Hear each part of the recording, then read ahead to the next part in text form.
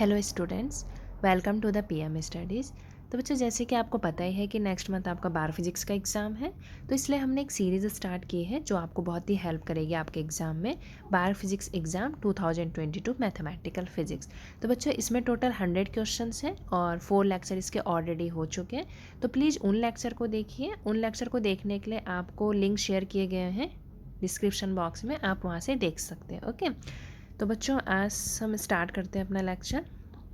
तो बच्चों, जो आज का क्वेश्चन है हमारा, यह है क्वेश्चन नंबर 7। ठीक है ना, क्वेश्चन नंबर 7 है ये। पहले हम रीड कर लेते हैं।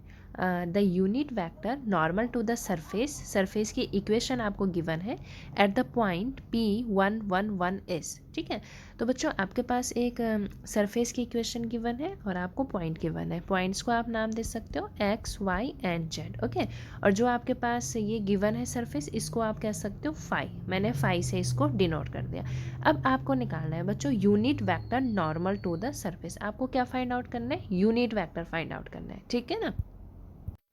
तो बच्चों सबसे पहले आपको पता होना चाहिए कि अगर आपके पास कोई भी स्केलर फंक्शन गिवन है, स्केलर फंक्शन, ठीक है, जैसे कि यहाँ पे आपको गिवन है क्वेश्चन में, तो इसको हम डिनोट कर देते हैं बच्चों फाई से। ठीक है ना।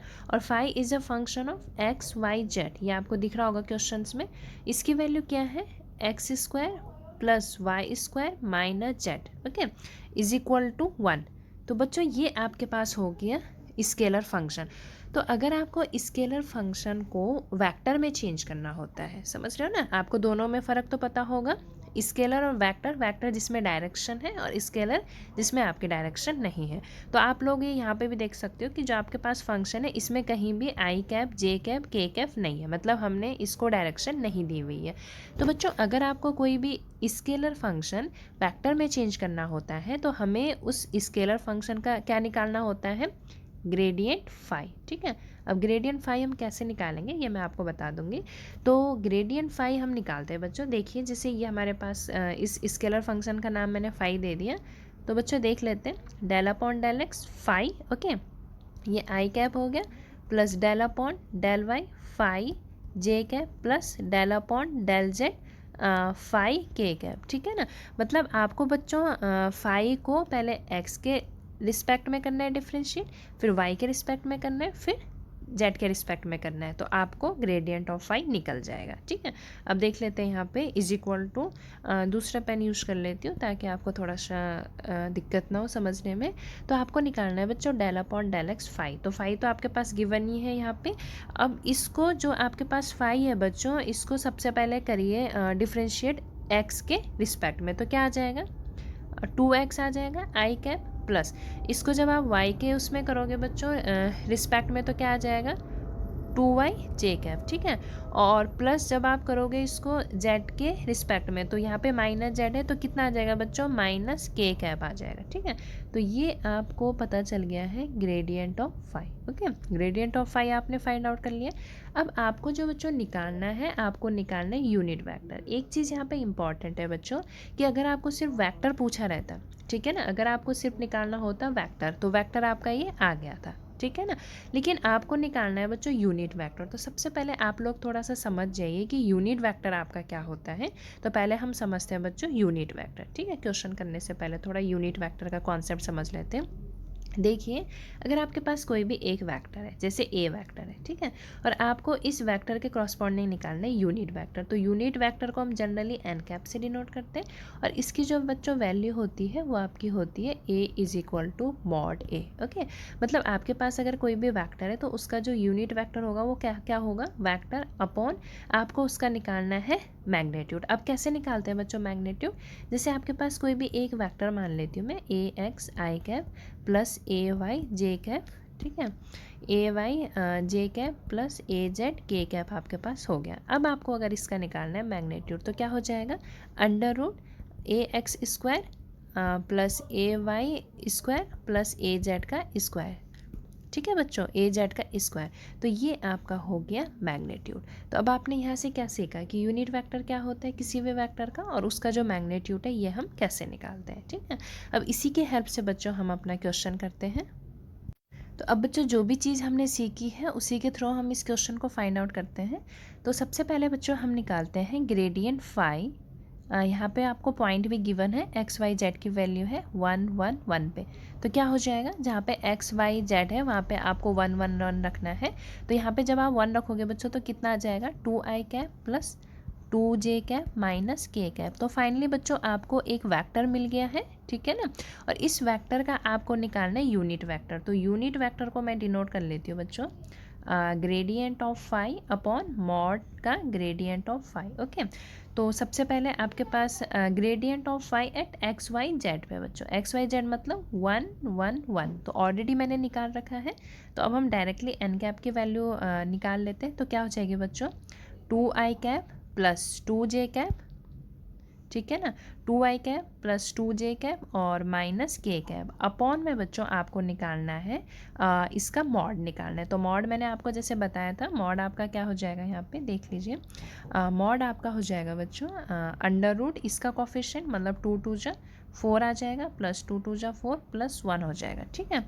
तो इसको बच्चों जब हम सॉल्व करेंगे तो क्या आ जाएगी इसकी value, is equal to 2i plus 2j minus k cap upon में बच्चों 4 प्लस 4 8 प्लस 1 कितना हो गया, अंडर रूट 9। तो आपके पास बच्चों जो फाइनली आंसर आया वो कितना आया है, 2i plus 2j minus k cap upon 3, ठीक है ना।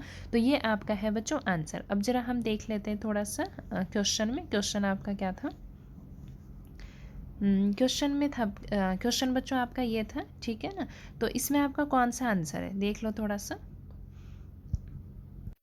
हाँ बच्चों, तो आपका जो आंसर है ये कितना आया है, 2i प्लस 2j माइनस के अपॉन 3। तो देख लो इसमें कौन सा ऑप्शन आपका करेक्ट हो जाएगा यहाँ पे, डी आंसर, ठीक है ना। तो क्वेश्चन नंबर 7 का बच्चों कौन सा आंसर है आपका, डी आंसर है। तो आपको पता चल गया है कैसे फाइंड आउट करना है। और दोनों में आपको फ़र्क भी पता होना चाहिए बच्चों कि अगर आपके पास यहाँ पे वेक्टर होता तो कैसे निकालते, वेक्टर का मतलब क्या है, ग्रेडियंट फाई आपका आंसर आ जाता। लेकिन इन्होंने यहाँ पे यूनिट वेक्टर पूछा था तो इसीलिए आपको क्या निकालना पड़ा बच्चों, मॉड निकालना पड़ा, ठीक है ना। तो ये आपको क्वेश्चन क्लियर हो गया होगा। हाँ बच्चों, तो नेक्स्ट क्वेश्चन कर लेते हैं, क्वेश्चन नंबर 8।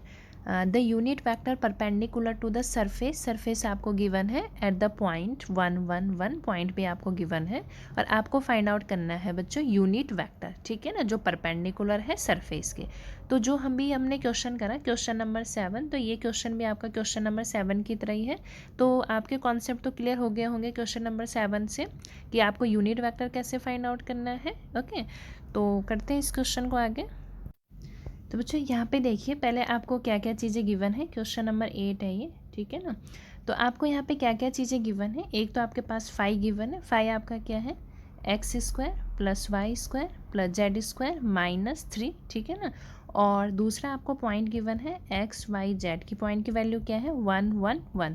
तो आपको मैंने बता रखी सारी चीज़ें, मैंने आपको क्वेश्चन नंबर 7 में बता रखी है, तो आपको इसमें प्रॉब्लम नहीं होनी चाहिए। तो हम यहाँ पे ज़्यादा टाइम वेस्ट ना करते हुए डायरेक्ट क्वेश्चन करते हैं, ग्रेडियंट फाई निकालते हैं, कितना हो जाएगा। पहले इसको लिख लेती हूँ formula, del upon del x phi i cap plus del upon del y phi j cap plus del upon del z phi k cap हो जाएगा, ठीक है।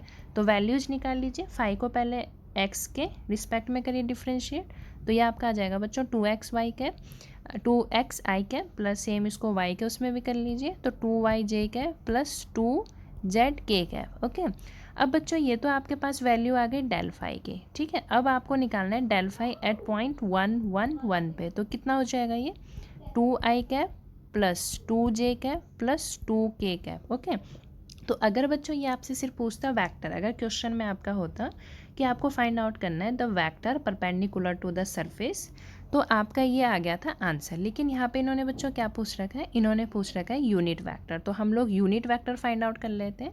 अब इसका जो यूनिट वेक्टर होगा वो क्या होगा, n cap is equal to gradient phi, और इसका आपको सिर्फ मॉड निकालना है, ठीक है ना। तो पहले हम इसका मॉड निकाल लेते हैं, डेल फाई का मॉड निकाल लीजिए, अंडर रूट 2 2 जा 4, ठीक है ना। थोड़ा सा डायरेक्ट कर रही हूँ, क्वेश्चन नंबर 7 को आपको अगर अच्छे से समझ में आ गया होगा तो इसमें आपको प्रॉब्लम नहीं होनी चाहिए। 2 2 जा 4 प्लस 2 2 जा 4, ठीक है। तो कितना आ गया बच्चों, 12 हो गया, ठीक है ना।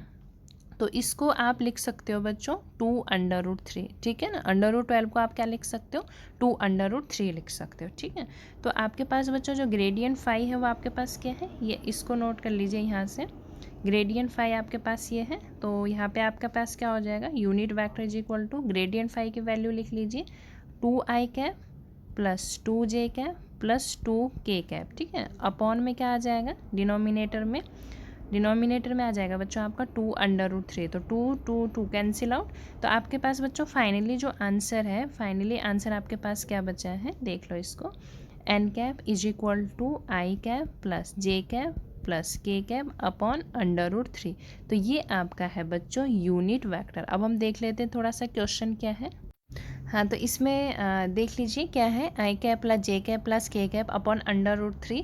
अब बच्चों यहाँ पे आपको थोड़ा सा डाउट हो रहा होगा कि आपके पास जो यहाँ पे गिवन है ऑप्शन, ये आपके पास है बच्चों x cap y cap z cap में, ठीक है। तो हम इसी में चेंज कर लेते हैं। तो हमारा जो एन कैप निकला है वो कितना निकला है, x cap plus y cap plus z cap upon √3।